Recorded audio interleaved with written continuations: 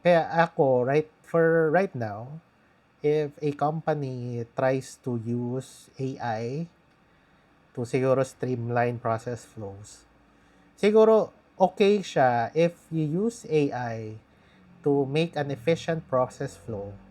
Pero it's not okay to make AI translate the needs of your customer na human customers to your process. Mas maganda pa din na human to human muna, and then yung company or employee mo, yun yung magta-translate dun sa process mo para pumasok dun sa sa whole process naman ni AI.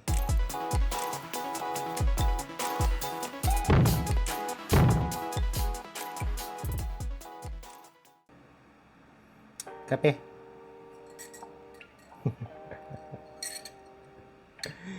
Kape.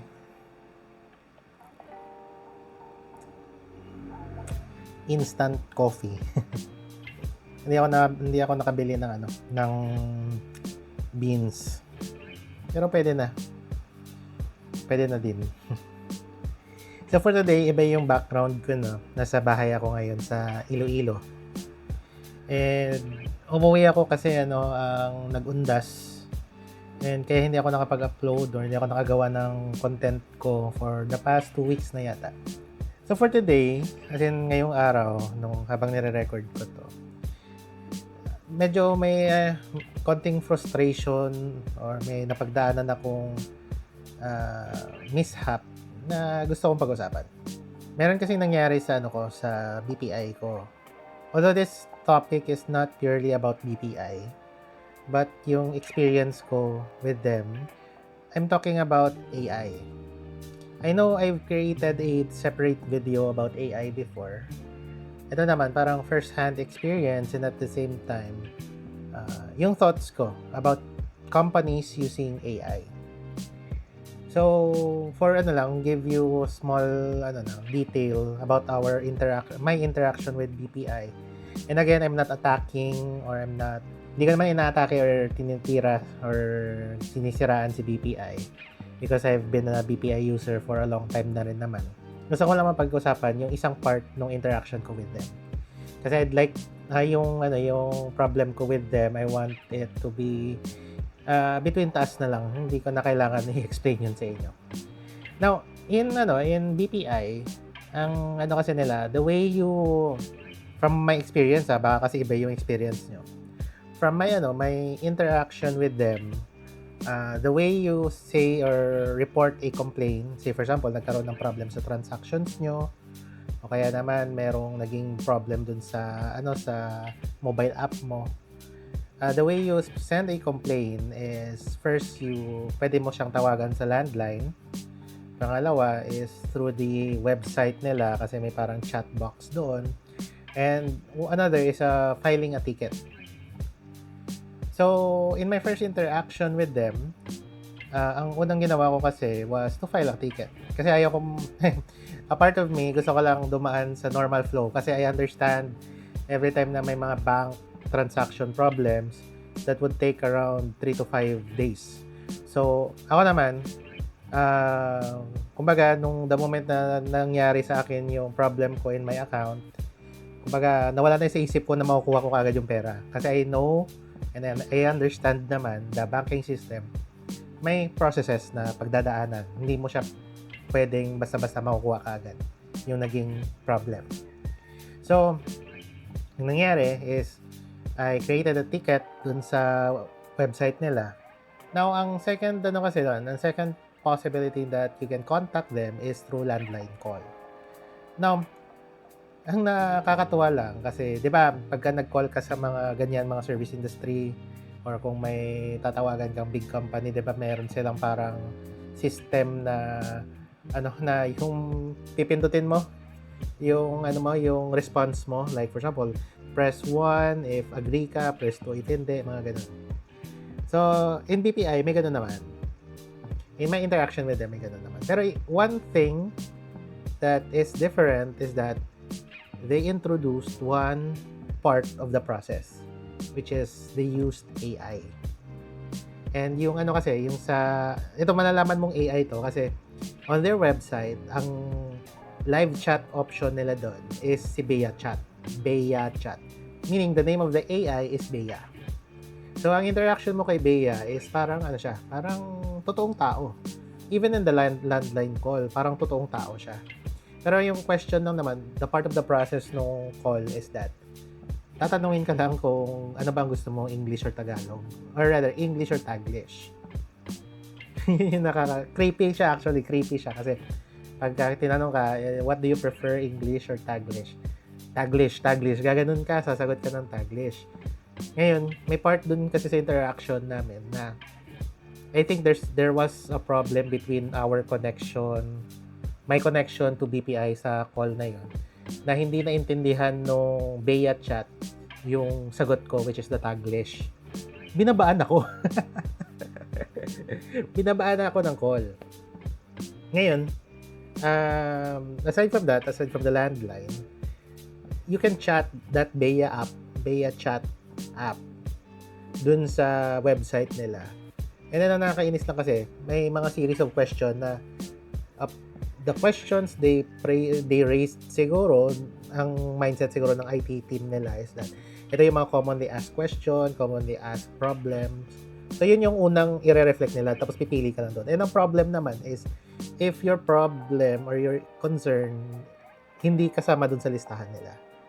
So, kumbaga, pupunta ka pa din doon sa agent. Kakausapin mo agent. So, yung ano lang, kumbaga, in BPI, for BPI's process flow, they added Bea Chat as an AI. So, I guess the point is to streamline lang siguro yung process. Which is for me, hindi siya streamlined. It's an unnecessary step for me. So, yun yung doon ako nanggagaling yung frustration ko sa AI. Yan, habang pinaprocess ko yung problem ko with BPI, na-realize ko, ano ba ang naging tulong ng AI? And if that's the case, that big companies, go with the use of AI, especially in interaction with people, with humans din. Ano ang naging result? Is it positive? Is it negative? Kasi in my interaction with BPI, interaction with the AI of BPI, for me, it was an unnecessary step, which I think the idea behind using the AI is to generally replace, kung hindi man siguro replace, lessen the workload of the agents or the human agents. Kasi eventually, ang tingin ko naman, eventually, in the end, ang pinaka-bottom line niyan is mawawalan ka na ng, or rather, tatanggalin na yung agent, ang sasagot na lang sa mga concerns are the AI. I think that's the bottom line na target para ma-replace ang mga agents to AI. I think that's the bottom line. That's my opinion and point of view. So, it got me thinking na if that's the case, if that's the reason, I don't know, I cannot speak for BPI. I think the point of view ko lang is that if that's the reason of big companies to replace humans with AI, and then ang customer din naman mismo no company na yon are humans, meaning the interaction interaction between customer and then the company or the service company is AI. Kumbaga yun yung nag-bridge nung dalawa. I don't think it would be effective in my point of view. I don't think it would be effective if ang magki-cater sa humans are AI. I don't think. Kasi first of all, the communication gap. I understand that may mga advanced na AI, like for example ChatGPT, that even wrong grammar ka na, or siguro yung thought process nung itatype mo is medyo magulo, may points na kayang i-translate or kayang intindihin ni ChatGPT yung thought mo or yung gusto mong mangyari. However, may mga times din naman na hindi na exactly masasagot yung concern or question mo or yung prompt mo, tuturuan mo pa siya ulit. Parang ganun si AI eh. Kumbaga, it will try to understand whatever you're trying to communicate with it, and then if hindi niya maintindihan, it will learn from it. Parang ganun si AI. And now, ang problem dun is that, what if communication between the customer and the company is AI na? And then, ganun yung situation or ganun yung behavior ni AI. For me, as a customer, it would still entail na meron at merong miscommunication na mangyayari. So, meaning, hindi efficient. If that's the case, meaning, AI is not efficient. Diba? Kasi, there's a possibility na may misunderstand pa din naman yung customer. Diba?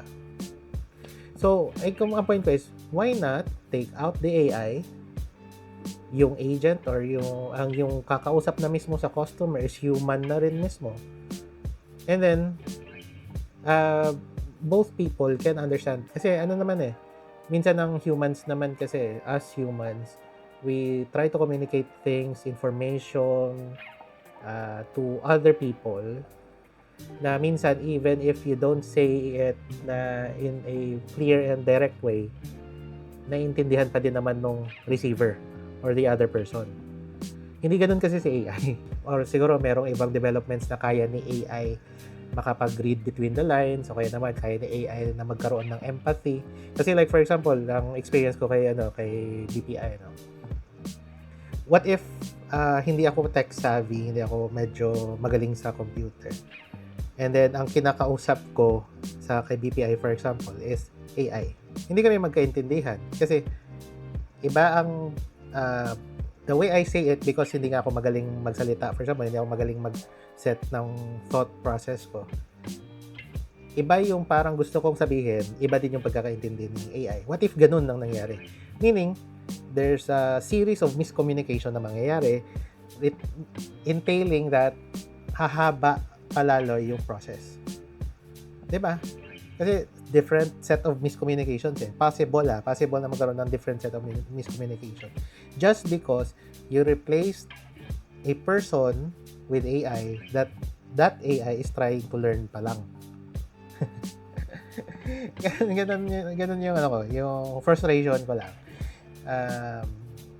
Kaya ako, right now, if a company tries to use AI to siguro streamline process flows, siguro okay siya if you use AI to make an efficient process flow, pero it's not okay to make AI translate translate the needs of your customer na human customers to your process. Mas maganda pa din na human to human muna, and then yung company or employee mo, yun yung magta-translate dun sa process mo para pumasok dun sa whole process naman ni AI. Kumbaga, customer na human, employee na human, yun muna yung magko-communicate. Once clear na yung communication, that's the time that the human employee naman translates the requirement or the need to the process flow na handled by AI. Kasi dun I think dun merong gap between both parties. So yun lang naman yung ko. Ako hindi ako never against AI, kasi I think it really streamlines process flows as in, given for example in the finance industry siguro, kaya naman finance o kaya naman in data management na industry, it really helps to have an AI kasi gagawa ka lang ng required process flow mo. Siya na yung gagawa ng legwork, yung siguro tedious amount of data work si AI na gagawa. Yun yung I think nakagandahan ni AI. But translating the requirement of humans na AI yung gagawa, I don't think so na na efficient siya. Kasi again, like for example, ChatGPT nga. Minsan for example ako, mahaba na yung sinabi ko pero hindi pa din naintindihan ni ChatGPT, tuturuan mo pa siya kung ano yung gusto mo, di ba? So, yun. I think that's all for my point of view about AI. I hope that you get my point. I'm not saying na masama yung move or may malaking mali si BPI. I think it's a bold move then for BPI to use AI kasi I think sa mindset naman ng top management noon is they have to adapt with the industry na uses AI, I guess. That's a good thing naman looking at a management standpoint. Kasi you have given na lumalaki, tumatagal yung company, you have to adapt talaga in the overall na business structures sa worldwide. So yeah, yun na naman yung punto ko. I guess nakaano ko lang siguro is nagve-vent out ako ng frustration, but again, I converted it into a content para, well, we have a certain discussion about the ethics, the use, and the purpose of AI. Okay? So, yun lang. Thank you guys. May next video pa akong naisip na gawin. Pero thank you guys. Bye.